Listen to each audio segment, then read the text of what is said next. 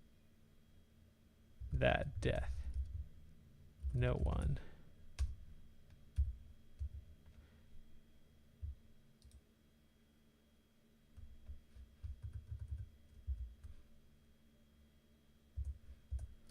Once you make exceptions,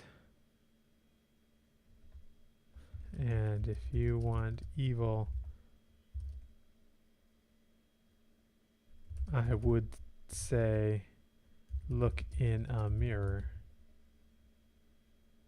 But, well.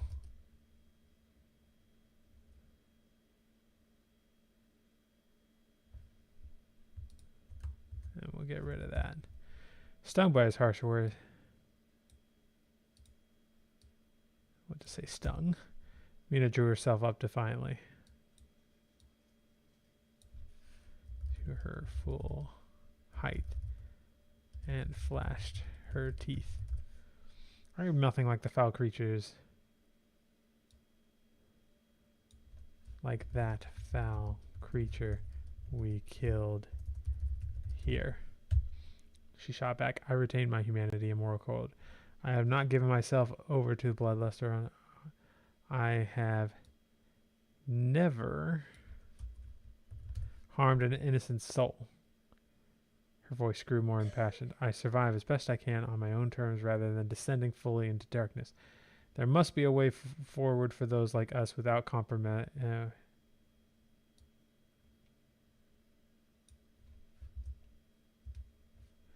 Van Helsing loomed over her, his frame trembling with emotion. You are wrong, he thundered. This curse cannot be lived with, only resisted or fully embraced, and you tread a perilous line in thinking yourself above it. He turned away, shaking his head wearily. But you must walk your own path. I cannot force you to see reason. We can get rid of that. Changing tactics, Mina stepped toward him pleadingly. People will die if we do nothing, Abraham. Whatever the brides have planned, it threatens countless innocent lives. She searched his face beseechingly.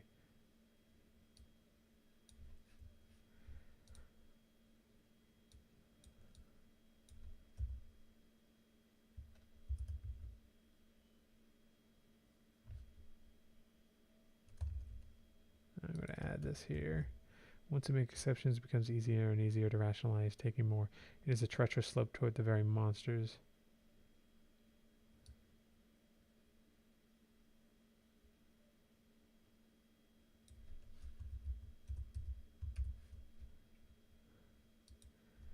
Van Helsing whirled on her, his eyes blazing once more. My place is here, he roared. Finding a cure for this curse is the single most important thing I can do. And when I uncover it, we can use it as a weapon against the brides. But that day has not yet come. I will not leave this castle before my work is complete. He drew himself up to his full height, visibly struggling to master his motions. You've come all this way for nothing, he pronounced coldly. I cannot and will not help you. With that, he turned his back on them and swept from the study, slamming the heavy door behind him with an air of finality. All right, that's good. So we trimmed about 500 words from that.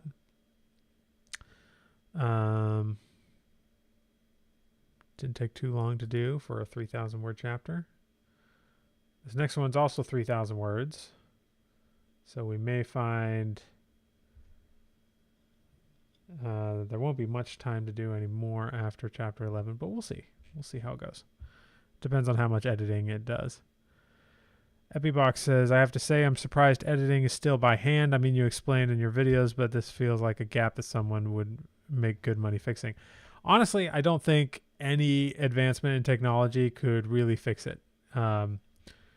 Because a lot of this has to do with just fixing some continuity issues, getting it more how I like it, my style, so that I'm comfortable with it. And that's not necessarily something that you could train an AI to do.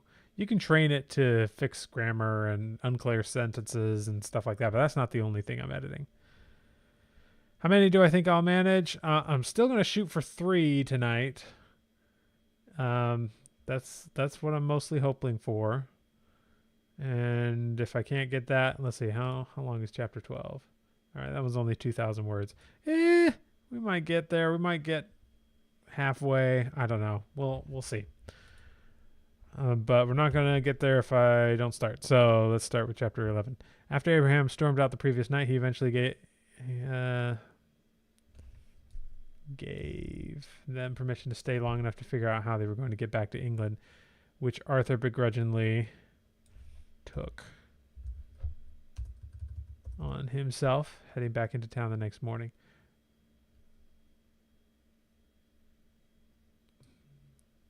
But Mina was inwardly furious and multiple times tried to talk to Abraham again.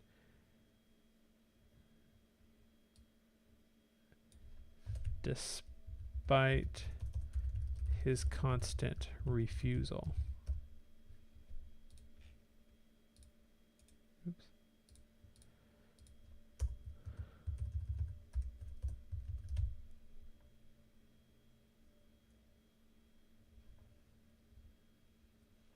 That's 3 chapters in 2 hours. Which, to be fair, is a lot faster than it would normally take to actually write them.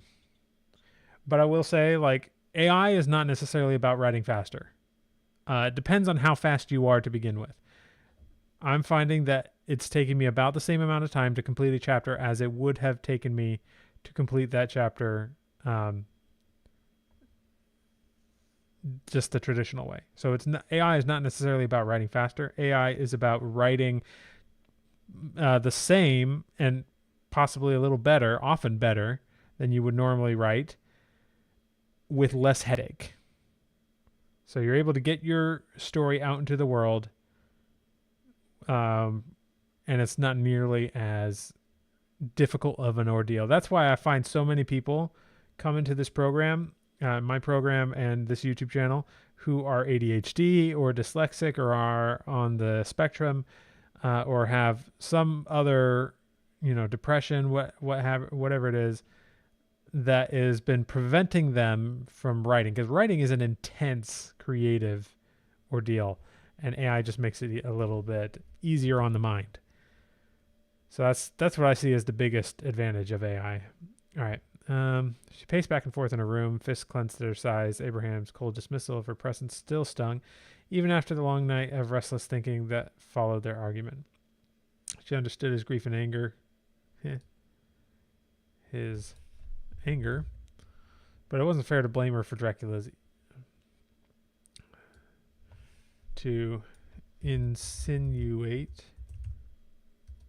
that she was just as evil as the other vampires out there. She was as much a victim in this as anyone. I find that I often have to make a couple of continuity changes in the beginning. That makes sense, because it hasn't necessarily read what is happening in the previous chapter. With a growl of frustration, Mina strode to the balcony door and threw it open. The brisk mountain air greeted her, beckoning. Abraham clearly needed more time alone to process his emotions, but confining herself to this room was driving her mad. She needed to get out, to move, to release the nervous energy brimming within her. That's pretty good. Except that we need to establish that it's nighttime. The brisk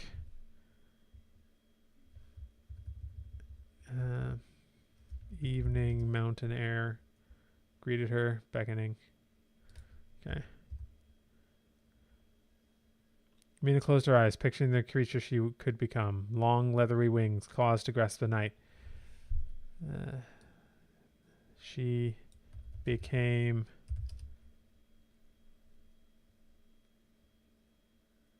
when the brides were in pursuit of her. Long, leathery wings, claws to grasp the night, fangs to rend flesh. The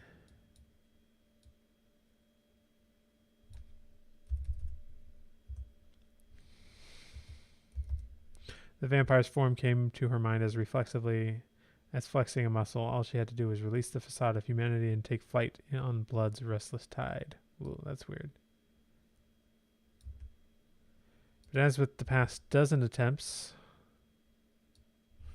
we'll just say past few attempts over the last 24 hours. The transformation did not come. Try as she might, the bat shape refused to manifest. Her fingers remained slender and human, her jaw blunt and toothless. No wings sprouted from her back. The shadowy beast lurking deep within stayed dormant, denying her escape. With a cry of frustration, Mina clambered into the balcony railing. Far below, the moonlit trees swayed hypnotically in the mountain gales. She would fly tonight, even if she had to do it the mortal way. Mina took a deep breath and leapt from her perch, spreading her arms wide. For a heart-stopping moment, she felt weightless, buoyed by the cushion of air rising around her. Then gravity reasserted its grip, and she plunged earthward. The dark treetop rushed up to meet her. Mina tensed, ready to roll with the impact. Branches cracked and slapped at her as she crashed through the needled canopy. Mina tucked into a ball, letting momentum carry her into a tumbling roll as she hit the forest floor. Damp soil sprayed outward, marking her landing site. Mina flexed her limbs, astonished. Not even a sprain or bruise remained of her 50-foot fall. The resilience granted by vampirism still caught her off guard at times. This is pretty good prose, you guys. Brushing pine needles from her dress, Mina oriented herself. She judged that the castle lay a few miles to the northwest. Wait, no, she just...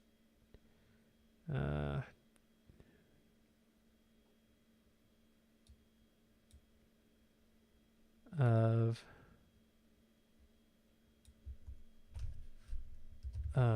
the town of Bistreets, where Arthur ventured... where Arthur had gone to book their tickets. South and west, the Carpathian peaks clawed at the heavens, dominating the moon-washed landscape. Somewhere in those icy crags and valleys howled the wolves Abraham had gone to parley with. No, she doesn't know that there howled wolves. A lot of wolves. Mina shuddered, pulling her cloak tighter. She would not linger outside after... Okay.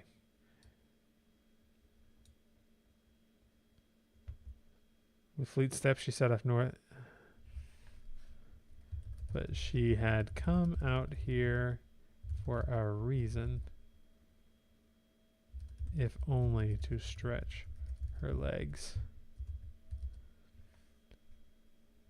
She would not go back now. With fleet steps, she set off northeast, skirting the craggy ridges, settling like slumbering giants over this land. See, it's starting to get too dramatic. She needed to feed, even if it meant staining her conscience again. The thirst burned within her, an addict's craving no sermon could extinguish. Like none she had ever felt.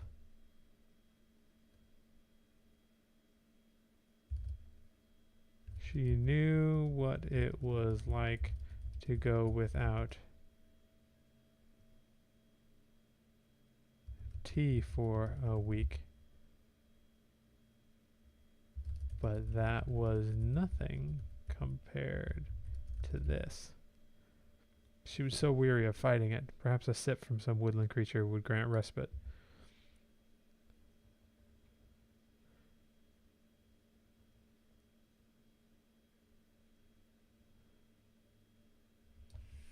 The crackle of leaves in the breeze.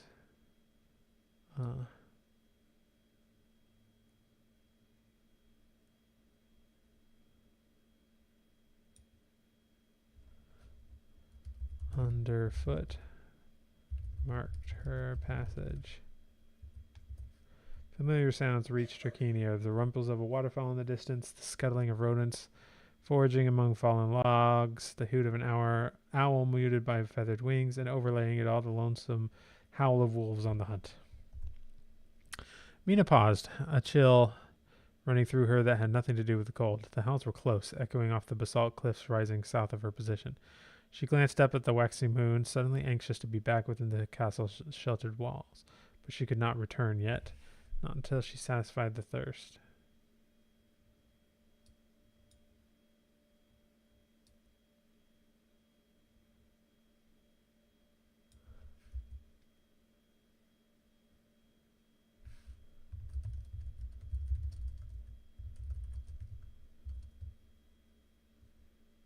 She had to hunt something. The scent of deer entered her nostrils, prompting Mina to veer westward. She glimpsed flickering movements between the trees, a doe leading her fawns to water. Mina quickened her pace, mouth watering.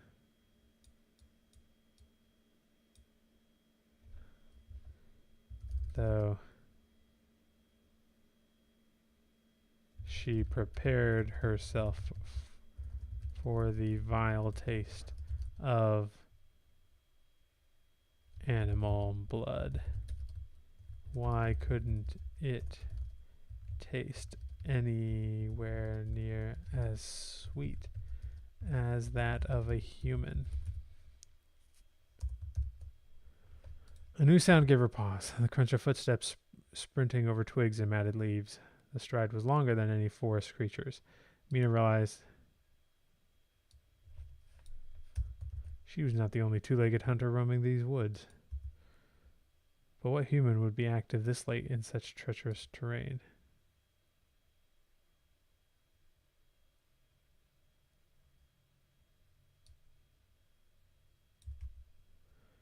Curiosity warred with thirst inside her. After a moment's hesitation, she abandoned the deer trail and crept toward the strange footsteps. Whoever the stranger was, she needed to know if they posed any threat. She had endured enough unpleasant surprises of late.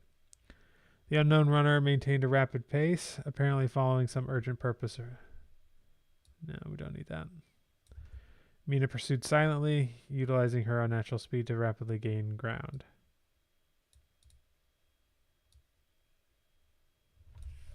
Doing her best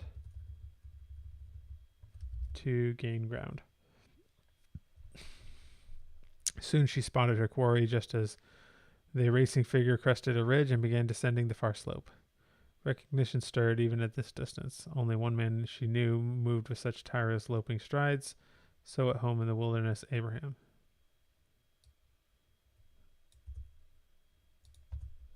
Mina quickened her pace, blurring up the wooded slope after him. Blurring's a weird word to use there. Hurrying. What was Abraham doing out here tonight? Hadn't he declared her and the others beneath his concern? Curiosity overcame caution. But curiosity overcame caution. She had to know. What matter could possibly be important enough to draw him out into the wilds alone while a half-vampire stalked the shadows? Don't need that. Starting to get to a point where I'm just trimming a lot of stuff, but is often how this goes. Abraham showed no signs of stopping, following some unerring sense of direction. The deer and her thirst were forgotten now. Mina clung to his trail, utilizing all her stealth. Her cotton dress and cloak enabled near-perfect camouflage, the black leather boots moving in utter silence over the needled earth. She kept the werewolf howl. We don't need that.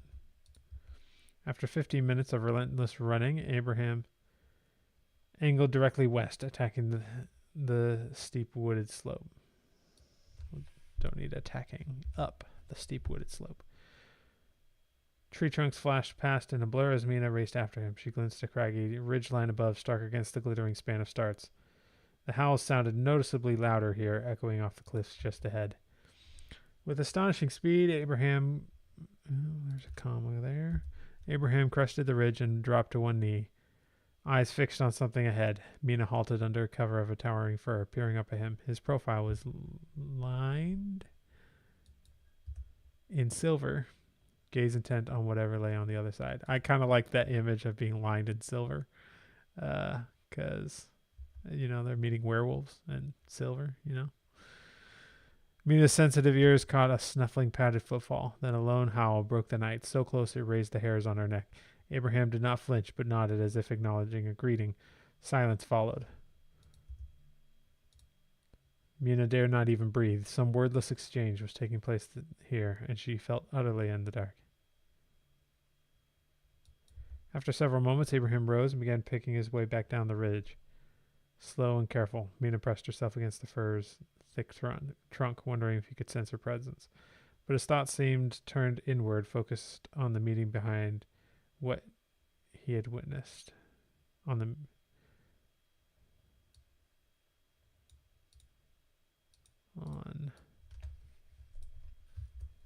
his own troubles. We didn't really get a good look at the wolf.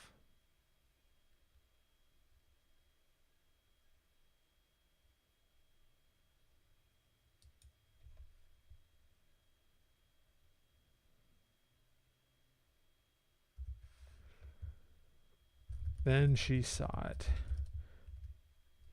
The outline of a large and incredibly powerful wolf. It drew alongside Abraham, muzzle level with his face as he continued kneeling. What was he doing? That wolf would bite his face off.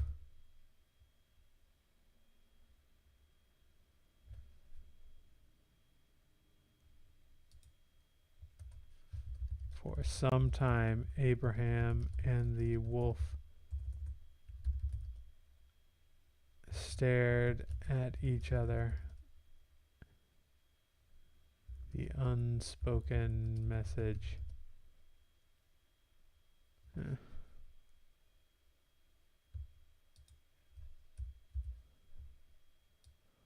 Then, after several moments. Okay. She reached the ridgetop scant minutes later. The rocky outcropping formed a natural watch point overlooking a crescent valley cradled by encircled peaks. And standing on an opposite rise, pale fur shining under the moon's radiance, was the wolf. Mina froze. Even at this distance, she could feel the weight of its gaze. We're going to say, and it was looking right at her. Even at this distance, she could feel the weight of its gaze settled upon her, ancient and inscrutable. Those eyes conveyed the creature's sentience as surely as any words. This was no ordinary wolf, but a beast of singular intellect and purpose. The wolf studied her a moment longer, then turned and loped back into the shadows. The darkness swallowed its passage, leaving no trace. A fresh howl echoed through the valley, making Mina shrink back. This was a domain of powers beyond her understanding.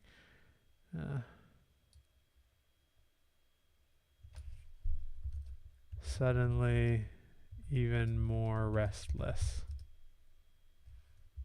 Restless isn't the right word. Uncomfortable. She had stumbled upon something that was not meant for her eyes.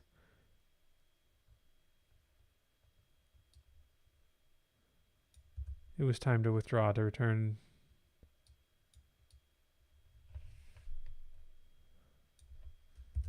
back to the castle.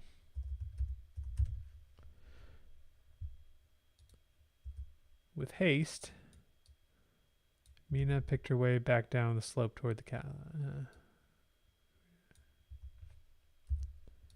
Abraham was waiting for her in the courtyard when she slipped back over the outer wall. His expression was grave as he beckoned for her to follow, leading the way into the ruined, into the entrance hall.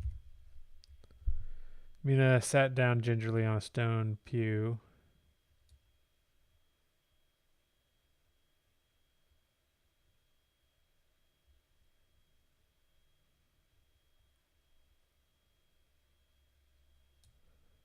Let's see.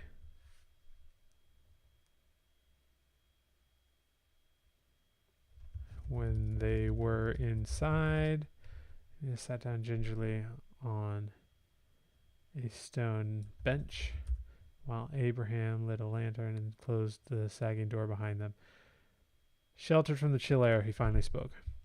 I know you tracked me tonight. I suspected you might after our quarrel. Abraham's tone was weary rather than accusing. Curiosity drives you to places better left alone. The creatures in these mountains are not like you and I. Mina met his gaze unflinchingly. Yet you ventured out alone to seek counsel with him. What did you and that wolf discuss? She leaned forward. It knew me on sight, didn't it? It saw me, didn't it? Abraham nodded slowly. Yes. And it knew what you were.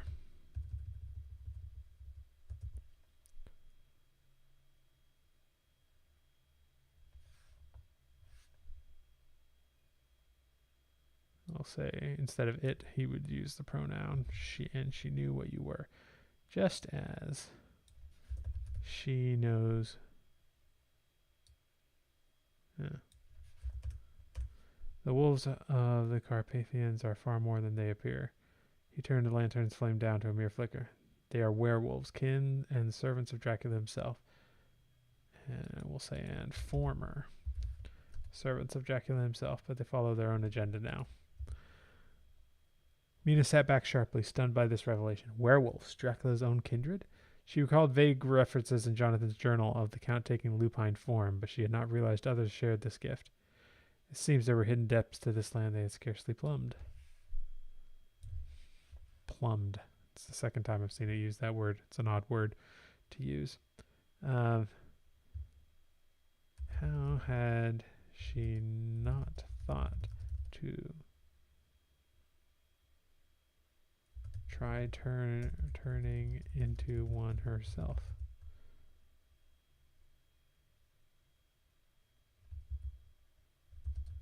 Perhaps if Dracula was kin to these werewolves, it was an ability unique to him alone.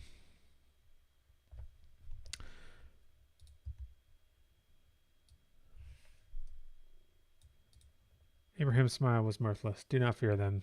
The wolves hold no love for Dracula or his brides. I told them of our quest, of your quest. They've agreed to meet with you tomorrow night. If anyone can help against the threat we faced, it is they.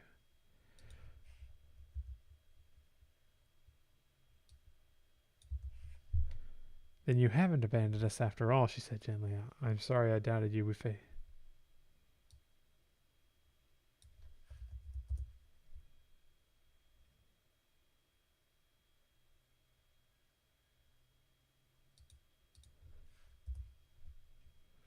Some of the weariness seemed to lift from the aged hunter's expression. I have faltered, but my purpose remains true. We will see this through. Daughter? Whoa. That's not right.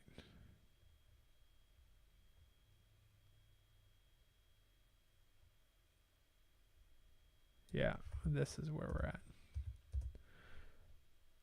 Jonathan descended the stairs, still in his nightshirt.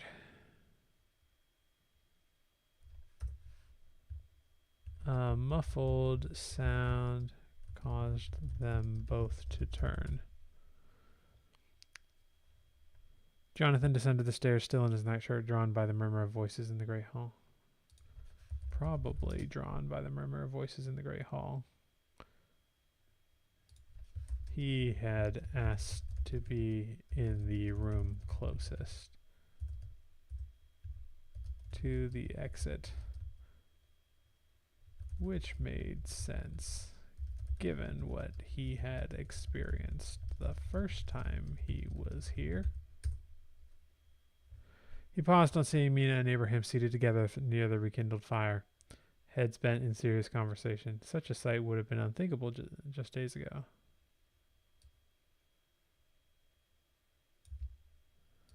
Good morning, he offered through a yawn. I never thought I'd sleep so well under this roof again. You've truly transformed this place, Professor.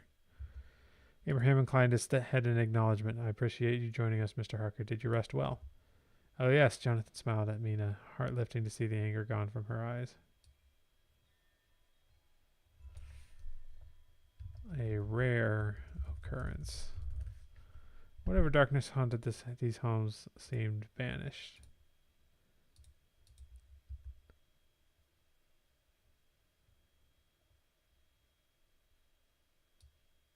And that's not.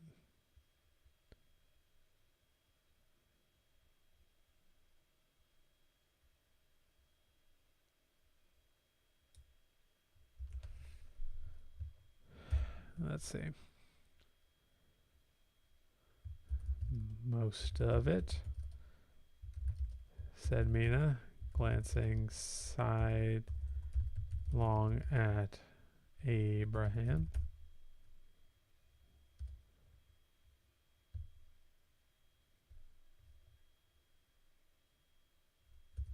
He gave her an encouraging nod.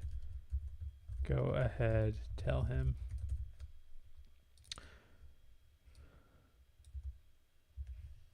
Nodding back, Mina recounted all that had transpired.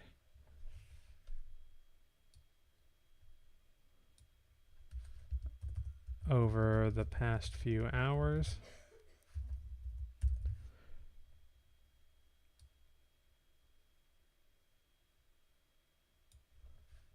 Her tracking Abraham into the mountains, the sighting of the mysterious wolf, and the meeting it wanted to have with them the following evening. Jonathan listened raptly to the descriptions of the ancient werewolves, the hidden culture.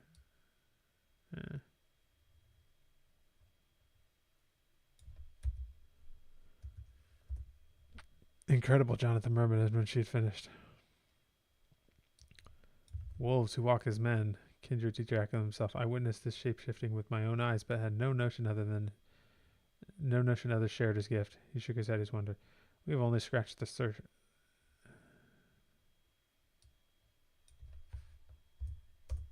He shook his head. There is much yet to learn, Abraham said. I have taken what I can from the late Count's archives, but the werewolf's lore runs deeper still. If they agree to an alliance, our enemy's end draws nigh. That should help your cause. His eyes smoldered with conviction. It's starting to sound like GPT here, guys. All right.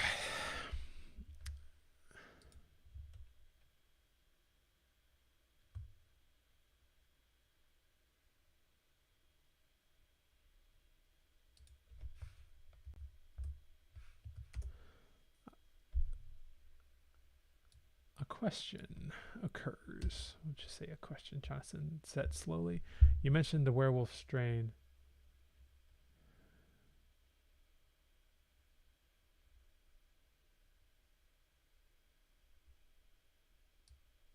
Let's see. He hasn't mentioned it yet, so let's say.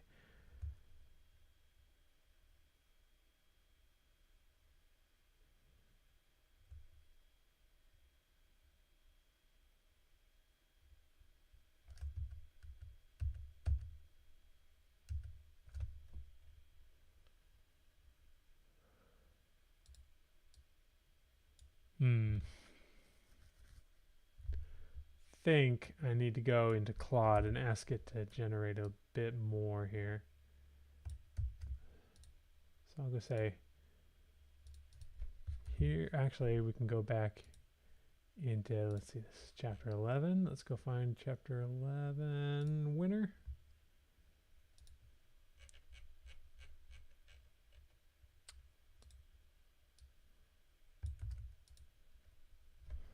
Please redo this section.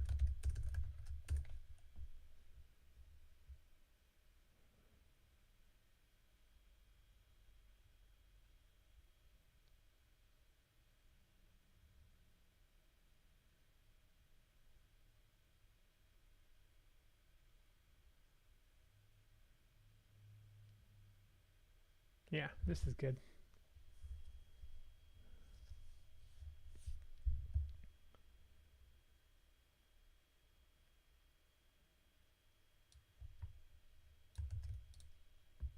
Just need to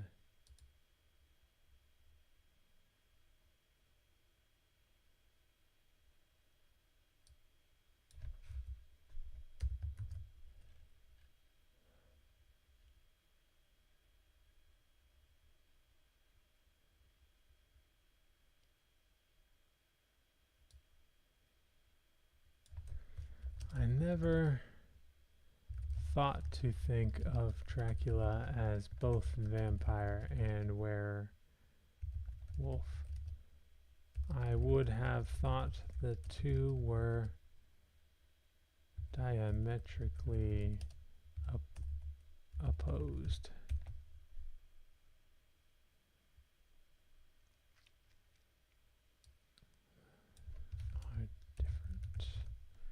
The professor stroked his beard thoughtfully. Their traits are different, yet in truth spring from the same primal source, an ancient viral plague unleashed long ago in lost ages. He gestured to an ornate oak cabinet holding various antique volumes and scrolls. Let's say. To the hallway leading to his study.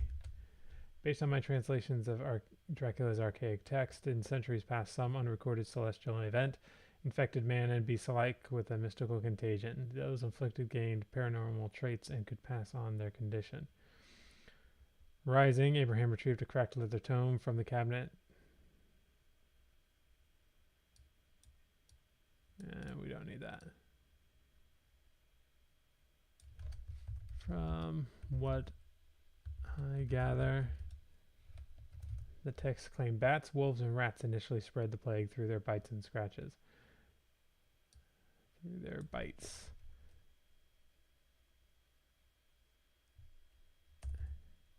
Over generations, 3 distinct strains evolved. We don't need that. The strains manifest differently in their hosts. Bats conveying vampirism, wolves lycanthropy. As for the third virus, he shook his head. We'll say not virus, but variation.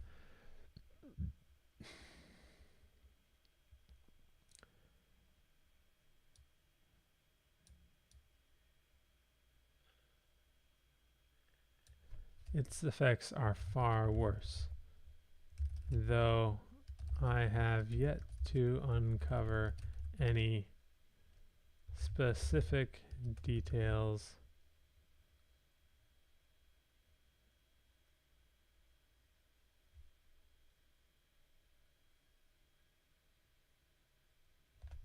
Mina's eyes were wide with wonder. Get rid of that.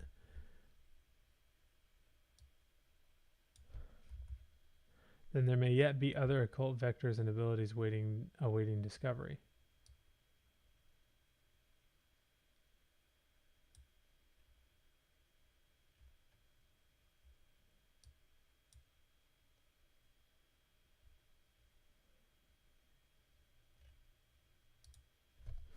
We'll say, what do you know about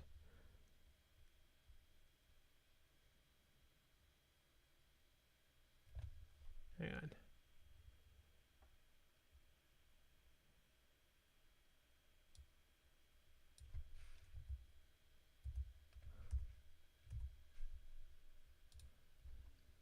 About them, said Jonathan, his face a bit pale.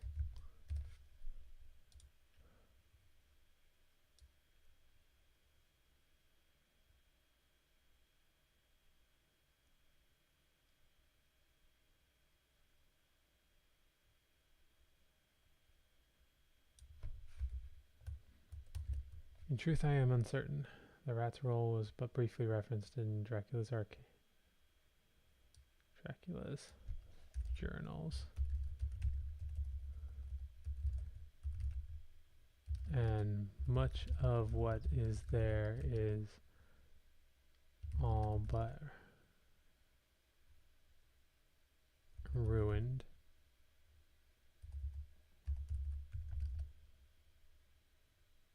Some of those journals are hundreds of years old after all.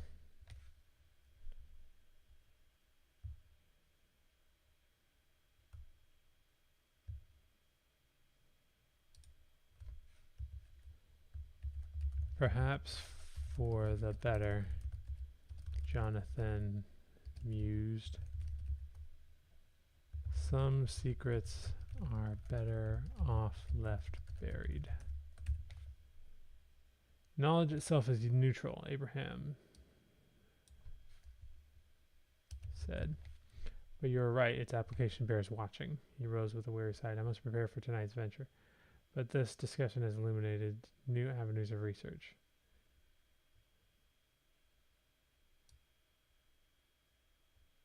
Yeah. I think perhaps I should look into it further.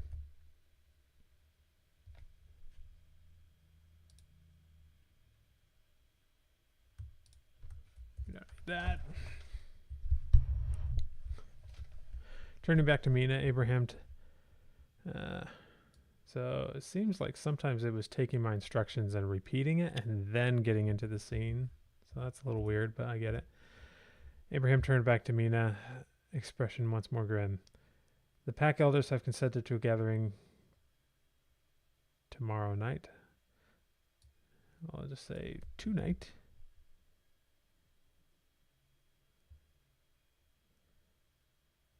I shall take you along with Jonathan, Arthur, and Sherlock to meet with them. He gripped her shoulder firmly. You must ready yourself, Mina. The werewolves are an intense people. Even one such as you may find the encounter taxing. Mina nodded slowly, remembering the wolf's searing gaze. I believe you. When it looked at me, such awful wisdom lay behind those eyes. Now we can get rid of that.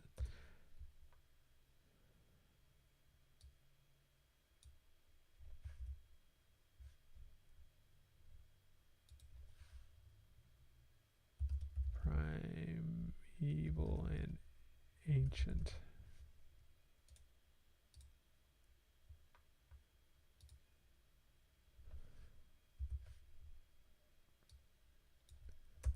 The werewolves are bound to nature's savage rhythms in ways we cannot grasp, but they may aid us yet. He released Mina's shoulders and handed her a musty tome titled Lycanthropic Lore in Latin. Study this tonight. It outlines the proper etiquette for addressing elder wolf. I don't think we need that.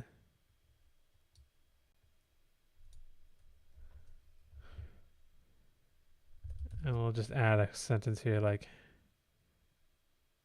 and she had no idea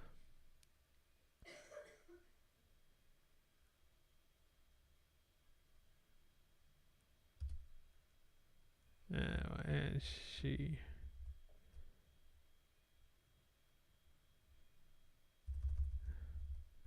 based on her experience so far, she doubted any amount of preparation would help much. All right, and that's it for this chapter. We edited that one down quite a bit. Even though we added a section, it was 3,000 words, now it's 2,300. But there were like whole sections in there. Like, nope, this is unnecessary. Chuck, so yes, I'm on chapter 11, but I had already done chapters 1 through 9. So I've done 10 and 11, both of which were unusually large chapters.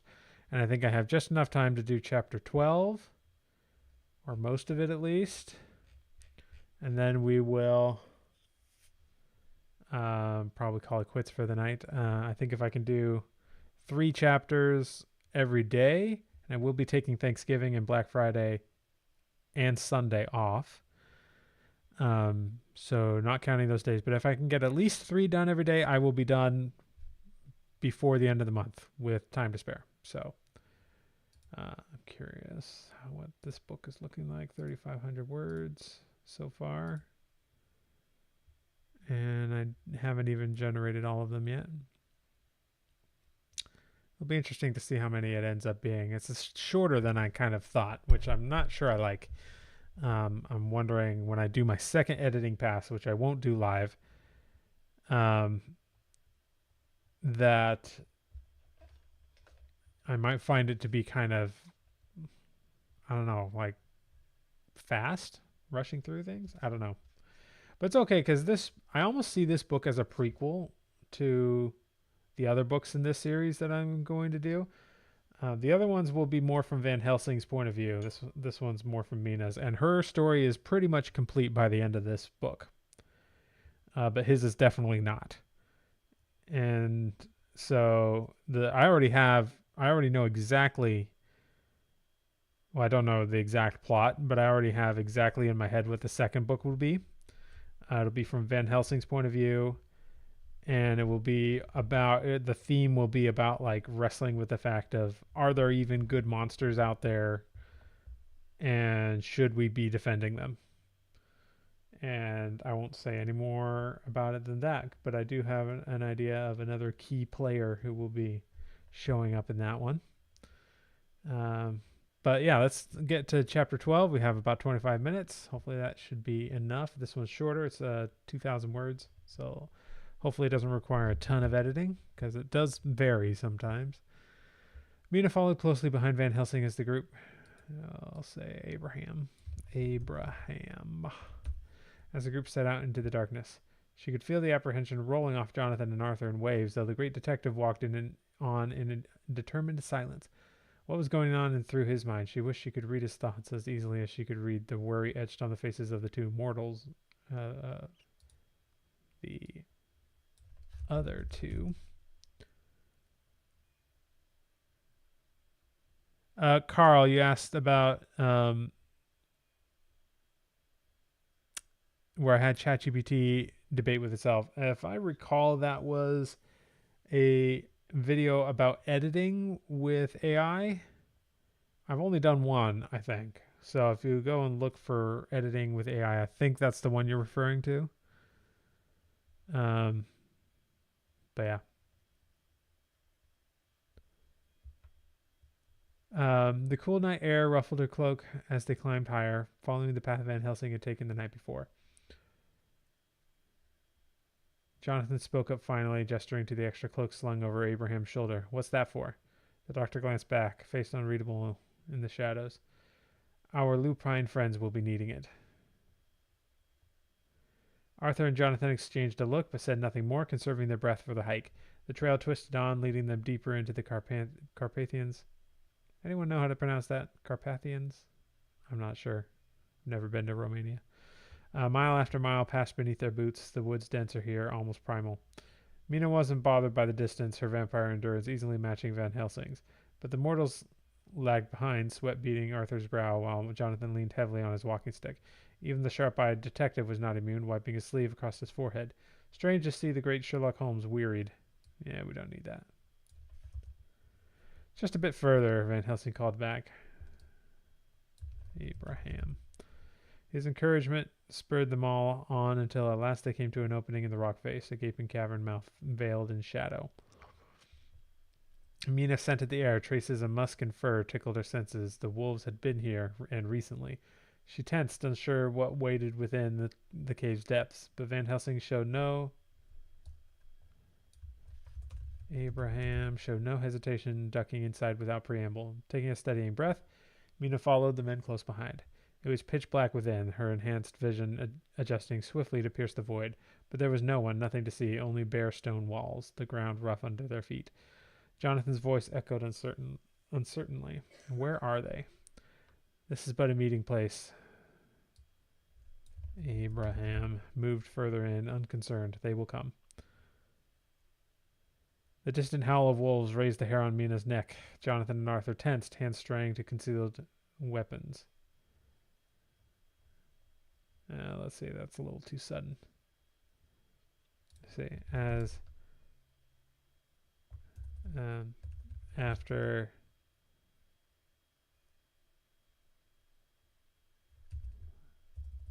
a quarter hour of waiting, the distant howl of wolves raised the hairs on Mina's neck. Jonathan and Arthur tensed, hands straying to concealed weapons. But Holmes remained impassive, keen gaze studying the cave wall with interest. Mina envied his calm, willing her own... She doesn't have a heartbeat, so we'll remove that. She was certain that if she had a heartbeat, it would be racing right now. But she had nothing to fear. This meeting was necessary, however unnerving. Dark shapes gathered at the cave mouth, silhouetted against the moonlight. More howls pierced the night as the creatures approached with lupine grace. Mina's shoulders tightened, not bracing for a fight. Unable to stop the fight or flight instinct. But Abraham stood relaxed and ready to greet the wolves as they stalked inside, eyes glowing in the shadows. They surrounded the group with bared teeth, the tension as taut as a hangman's rope. One of the wolves edged closer, yellow eyes fixed intently on Mina's. Understanding flickered through her mind. This was the she-wolf who had spoken with Van Helsing. Mina inclined her head in cautious greeting. The wolf drew nearer, massive paws silent on the stone. Then, before Mina's eyes... I'll make that a new paragraph. Fur and fang reshaped into the form of a woman, bones cracking, limbs extending, a veil of dark hair falling down her back. Jonathan averted his gaze, face pale. Even unflappable Arthur looked taken aback by the we'll say, display. But Mina watched the transformation impassively, reminded of her own metamorphosis into a bat. She felt no horror, only kinship with a fellow creature of darkness. Van Helsing stepped forward, sweeping the cloak about the woman's bare form. She gathered the fabric, the cloak he had brought about the woman's bare form. She gathered the fabric around herself without a word, yellow eyes still fixed on Mina in unspoken challenge. The other wolves settled onto their haunches, content to let the she-wolf take the lead for now. I am Adela, the woman's voice was a husky growl, alpha of this pack. We know you and the old man as heirs of Dracula. Oh, by the way, guys, that's what I decided would be my title, Heirs of Dracula. I think it kind of fits. It's a good fantasy title. It's not taken as far as I know. I initially went with Legacy of Dracula, but someone had already taken that one. So Mina inclined her head. I thank you for agreeing to meet with us. She kept her tone even, trying to match the wolf's brusque manner. Any sign of weakness could undo this fragile trust. We come seeking your help. There are rumors on the wind of Dracula's brides abroad in the land. We thought them all destroyed, yet now it seems some may have survived. I do not know what they intend.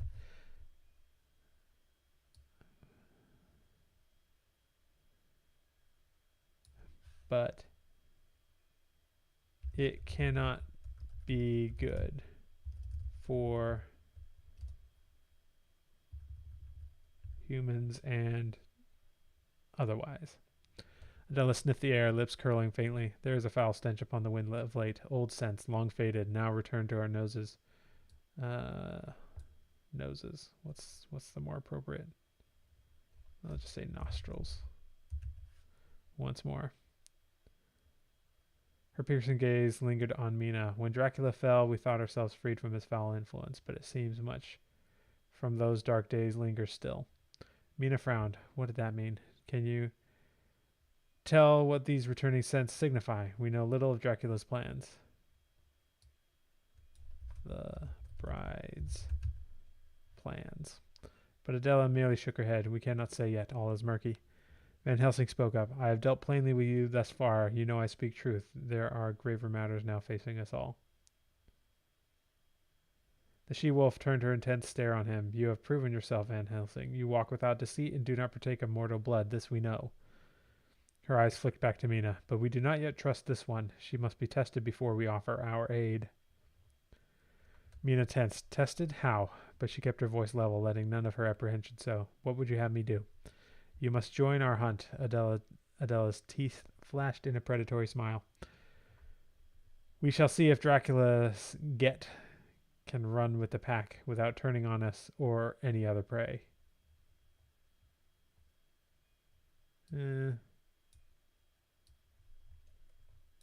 Losing herself. Mina's pulse quickened, but she maintained an outward calm. I give you my vow, I will bring no harm to any innocent soul this night. Adela inclined her head, dark hair falling across bare shoulders. It is the blood of beasts we seek tonight. and it is on the hunt, and it is on the hunt. Your true nature will reveal itself. That your true nature will. Her hungry gaze lingered on Mina a moment. Leave your garments and trappings here. You have no need of them.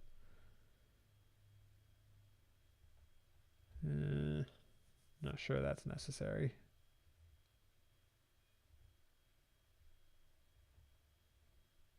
We'll just say your cloak and trappings here.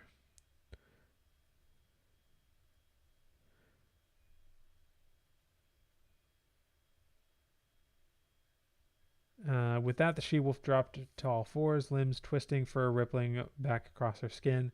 An eager whine escaped her throat as she shook herself, her tail swishing in anticipation. The other wolves rose up, milling in excitement. Mina hesitated only a moment before shedding her cloak and outer layers. Clad only in her thin shift, she joined the slavering beasts.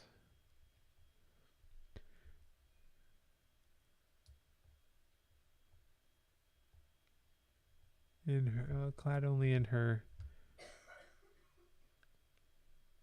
base tunic and trousers.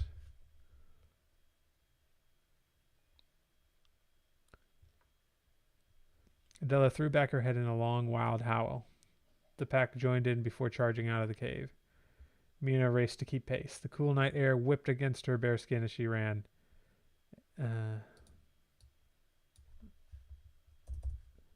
Exhilaration rushing through her blood. It was all she could do to keep from shifting into mist and truly flying.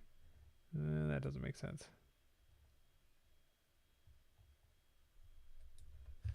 Perhaps she would shift into bat form again tonight. Would that be what the wolves wanted, or would they prefer her this way?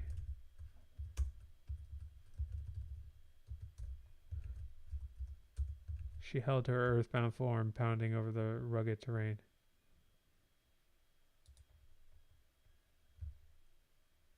Best not. Yeah. But she held her earthbound form for now, pounding over the rugged terrain beside the tireless wolves. On they ran through the night, crossing miles in mere minutes. Occasionally Adela circled back, snapping and nipping at any laggard heels to spur them on. Mina poured on the speed, refusing to be outdone by any mere wolf, legs pumping, arms swinging. She could do this all night without tiring. And no exclamation point. And we'll make that its own paragraph. At last, Adela skidded to a halt, nose twitching as she scented the air. Ears pricking, she glanced back at Mina, who inhaled deeply herself. Yes, there it was, musk, animal sweat, the tang of fear, nearby prey, and a large one from the rich scent. Excitement coiled in Mina's belly. She was a vampire enough to still crave the hunt, to yearn for that intoxicating mingling of terror and hot blood in her mouth. Adela led them on through the underbrush, more cautious now as they tracked their quarry. Mina matched the stealthy grace of the wolves, each sense heightened in anticipation of the chase ahead. Through the trees, she caught a flash of movement. There. The beast burst from cover, some great heart fleeing in panic through the moonlit woods. Baying, the wolves pursued their frightened prey, Mina racing at their side. The stag was swift, many antlers tossing as it sought to outrun death nipping at its heels. But it could not outpace Mina and the tireless wolves. They herded the fleeing beast, driving it from the mountain slopes down toward the darkened valley. Mile after mile the chase wore on, leaving the mountains behind. Drawing ever nearer, the scattered lights of some small village nestled ahead, but Mina was deaf and blind to all but the thunderous heartbeat and rich scent of the stag. She was the hunter, and this blood was hers. With a fierce cry, Adela leapt, powerful jaws closing on the stag's flank to bear it crashing down. The pack swarmed the fallen creature, rending its flesh. Lost to primal bloodlust, Mina threw herself into the frenzy, teeth tearing, steaming muscle as hot blood filled her mouth. She drank deep, scarce noting how foul the beast's essence tasted to her refined vampire palate. All that mattered was the fevered ecstasy of the feeding. You know, guys, this is good. I've hardly edited this entire section. Only when the last drops were drained did she rise up, head still buzzing with frenzied hunger. And in the distance she saw them, the glowing windows of a humbled cottage nestled in a copse scarce a mile off. The faint heartbeats reached her ears, the sweet perfume of mortal blood on the air, a family sheltered inside, tempting prey, hers for the taking. With a snarl, she sprang forward, mist form streaking. No mist form. She's not that kind of vampire. So close she could all but taste them. Her fangs would pierce their tender flesh, and every last drop would be hers. I'm just going to trail that off. At the last instant, Mina wrenched herself aside.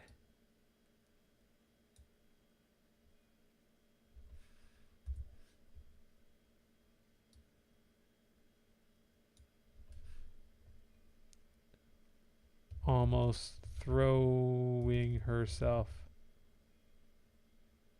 to the ground beside a large oak.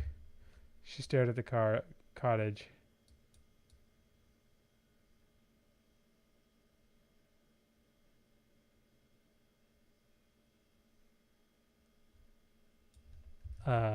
Mad buzzing in her ears.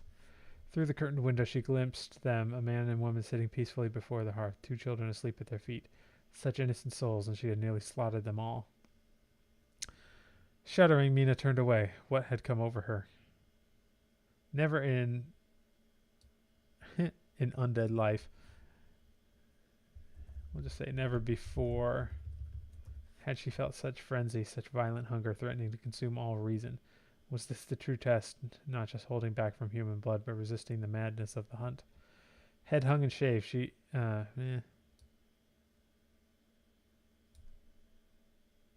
dazed and slightly horrified, she trudged back to the feasting wolves.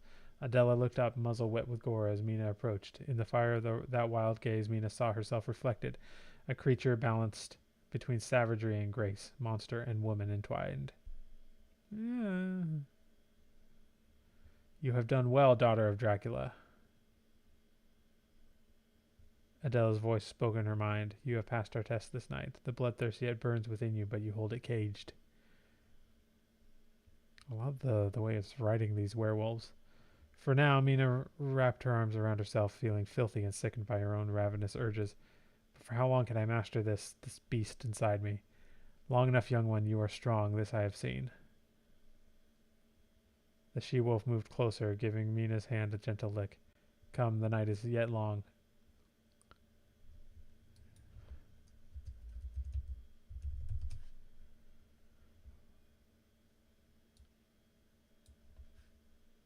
We have far to go before ... The howl came suddenly, a long mournful wail that raised the hackles on Adela's back. She lifted her head, ears pricked toward that baleful cry. All around her pack mates followed suit, lifting muzzles as if scenting some foul taint upon the wind. Mina tensed. What is it? What's happened? Adela met her gaze, eyes gleaming in the moonlight. A warning call.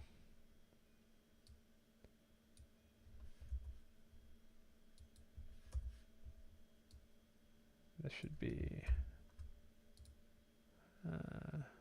italicized. An enemy draws near. We must return quickly. With that, the alpha wolf bounded off, her pack racing after in a ground-eating lope. Mina hurried to follow, bare feet flying over the hard earth. Alarm coursed through her, but she did not hesitate. If dark forces were afoot this night, the wolves would face them alongside her.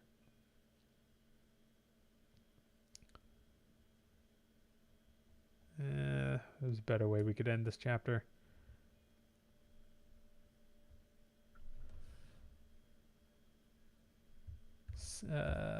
Something like,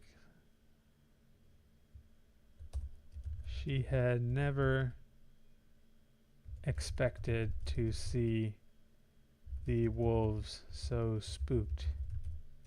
Something was very wrong.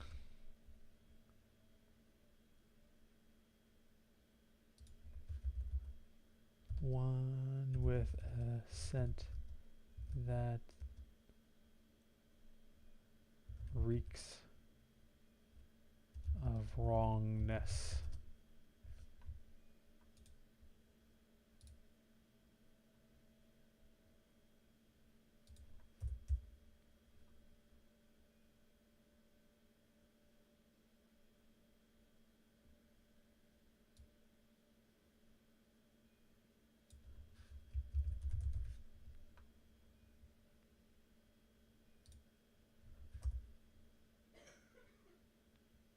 All right, that does it. So, okay, that is chapter 12. We successfully edited 3 chapters tonight, which is great. Hopefully we can continue that pace, maybe even a little faster. I'm just going to take a sneak peek. 1,600 words, 2,000 words, a little 1,900 words. So yeah, well, next tomorrow, maybe we can even get 4 chapters done at this rate. So that's pretty good. I'm encouraged by the rate at which I'm getting through these, because the 3 we did today were beefier chapters, and hopefully we'll have even more success tomorrow.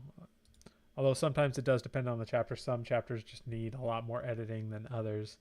But if you do it right in the generation, it is sometimes not too bad. So, all right, it's not even 9 yet, but I'm going to call it. Thank you so much for being here, all of you. And you know what I'm going to do? I'm going to change the name of this thing right now. Heirs of Dracula.